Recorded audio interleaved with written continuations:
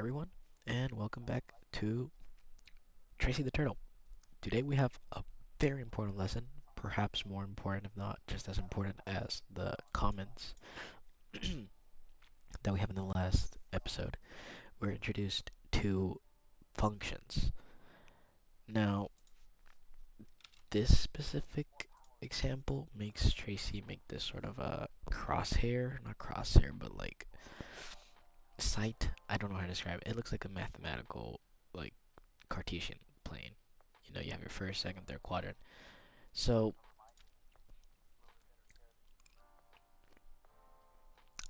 yeah, only thing that this is telling us is to define our functions before we get into like the main part of our code, which is standard practice, I believe, in most programming languages.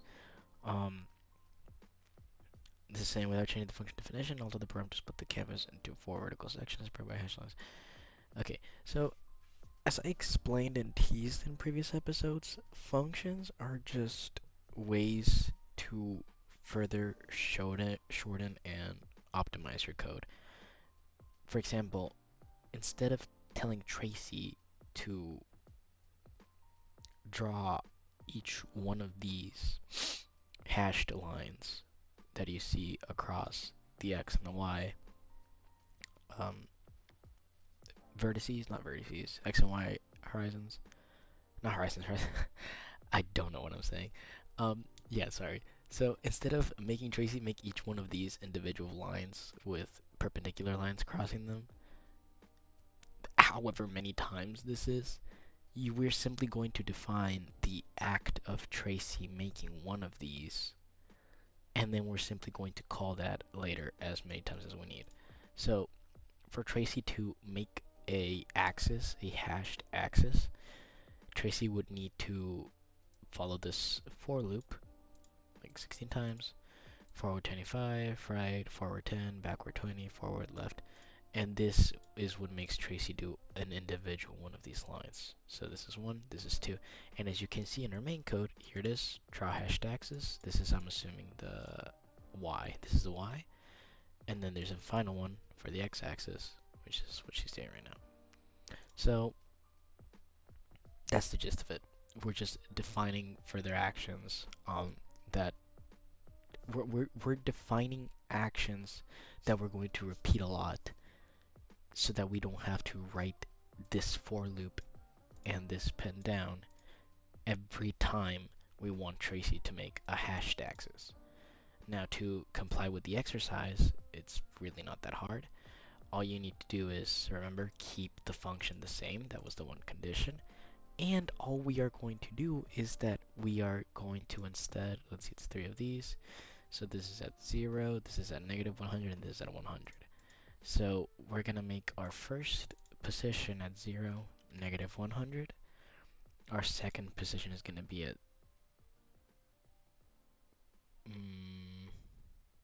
sorry, this is the X, this is the Y. Okay, sorry, this should be negative 100, and then this should be 0. Wait, no, negative 100, 0. Okay, no, it should actually be at negative 100, 200. Then this second one is going to be at 0, 200.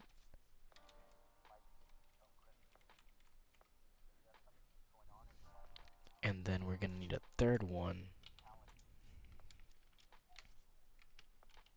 which is going to be at 100, 200. Now in all 3 of these instances, Tracy's going to be facing different directions. Yep. So instead of changing right or left, I'm going to have Tracy face a specific direction, which we can use our Seth function for. And if we want Tracy to be looking south, that is the same as Tracy looking at 0, 90, 180, 270 degrees. So we're going to just copy that and paste that underneath, before every draw hashed axis function. And then we're going to need one more down here. and one more draw hash taxes.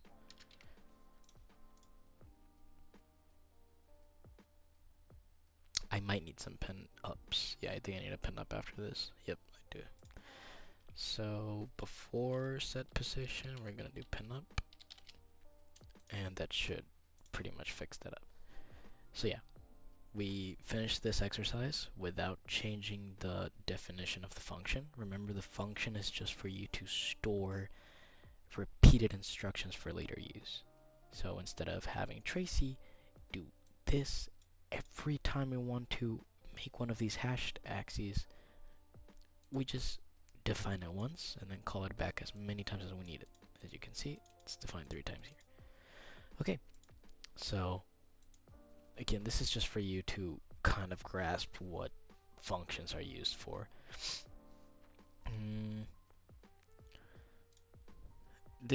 I'm gonna skip this. This took way too much time last time, and remember, it's just for you to see in what order the computer is going to be reading this. Just remember that every time.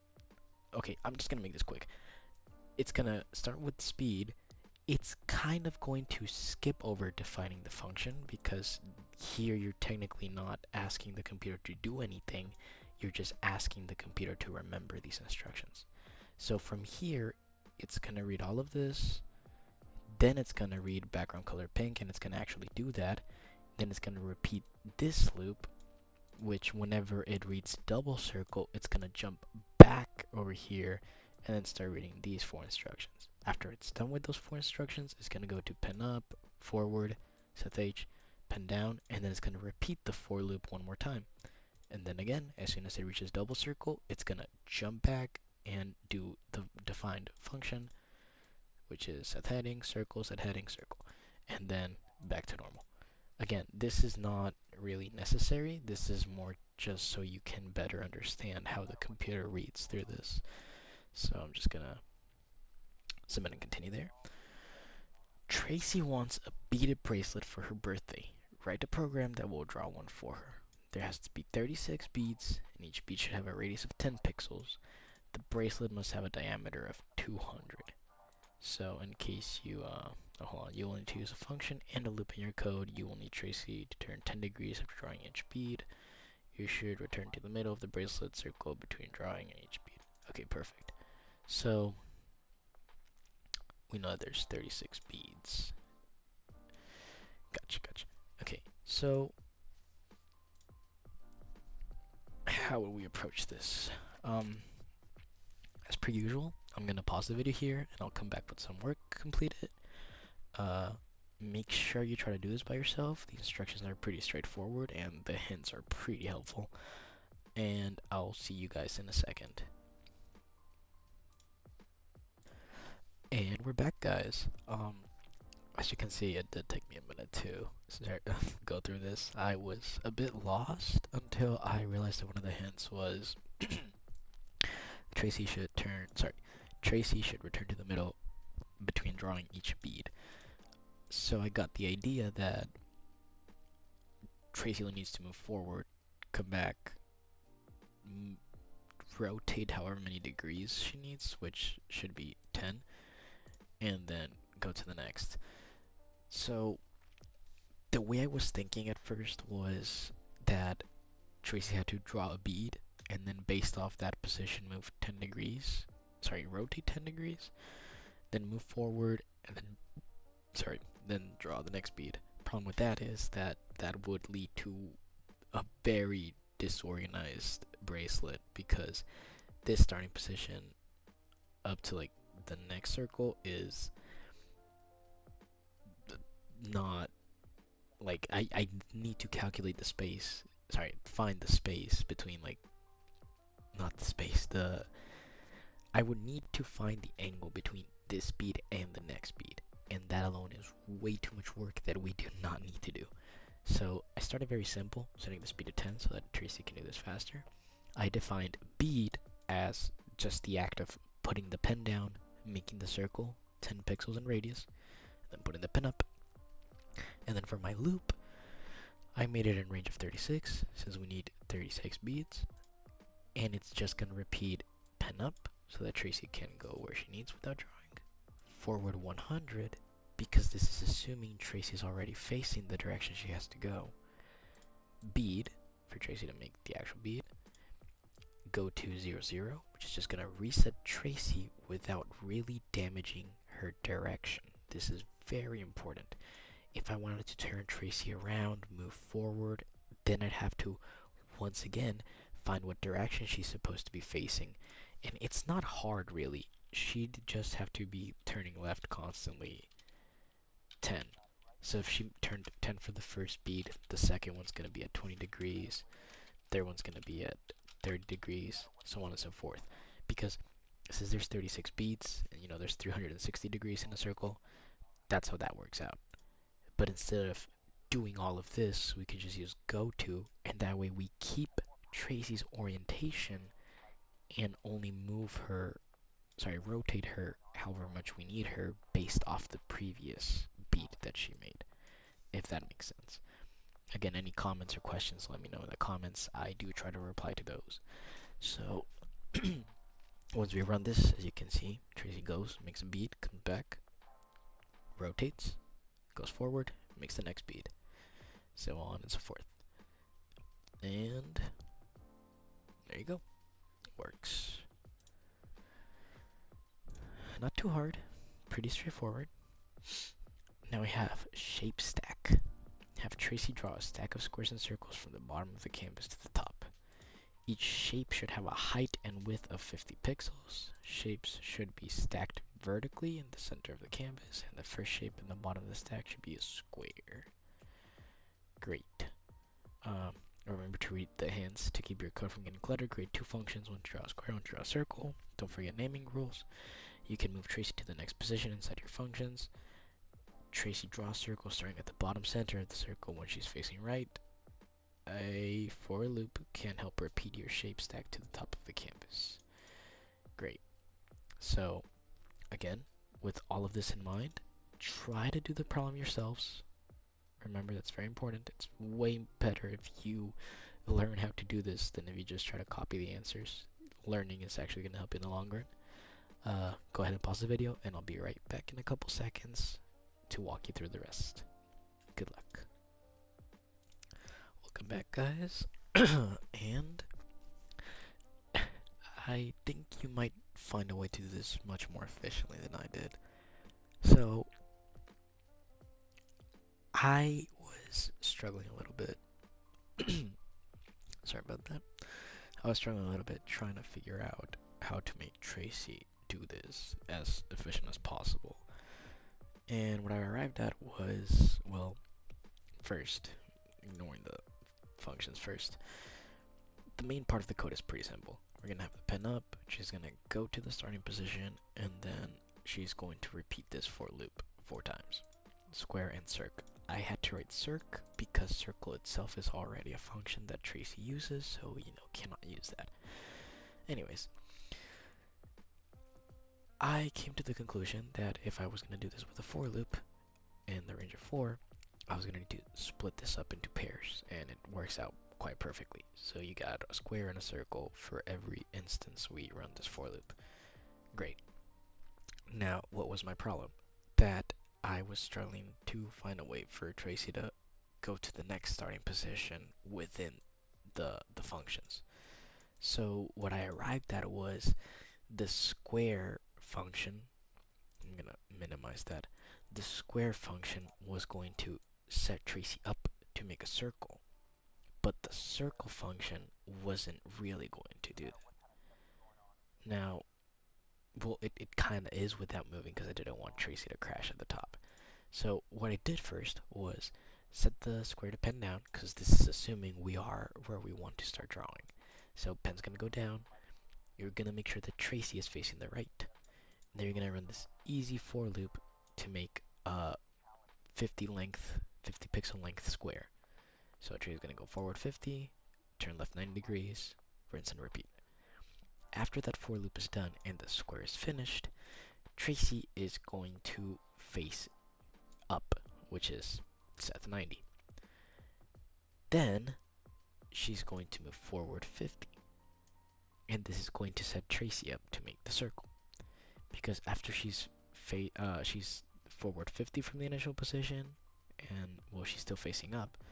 She can then get her pen up again, Seth 0, so face the right direction again. Forward 25, this is actually going to make Tracy end up in the middle of the circle. And then we're gonna do 25, so that the circle has a radius of 25, because we were told that all of these shapes have a height and width of 50 pixels. So for a circle, what that means is that its radius is 25. Now, after that circle is drawn, Tracy's gonna get her pen up, move backward 25, because in this instance, she is still facing the right. So pen up, backward 25, left 90, and forward 50.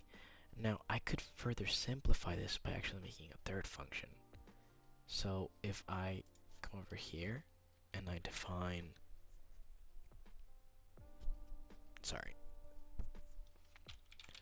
if I define setup, and then I just do Seth 90 and forward 50, and then I replace these two with setup,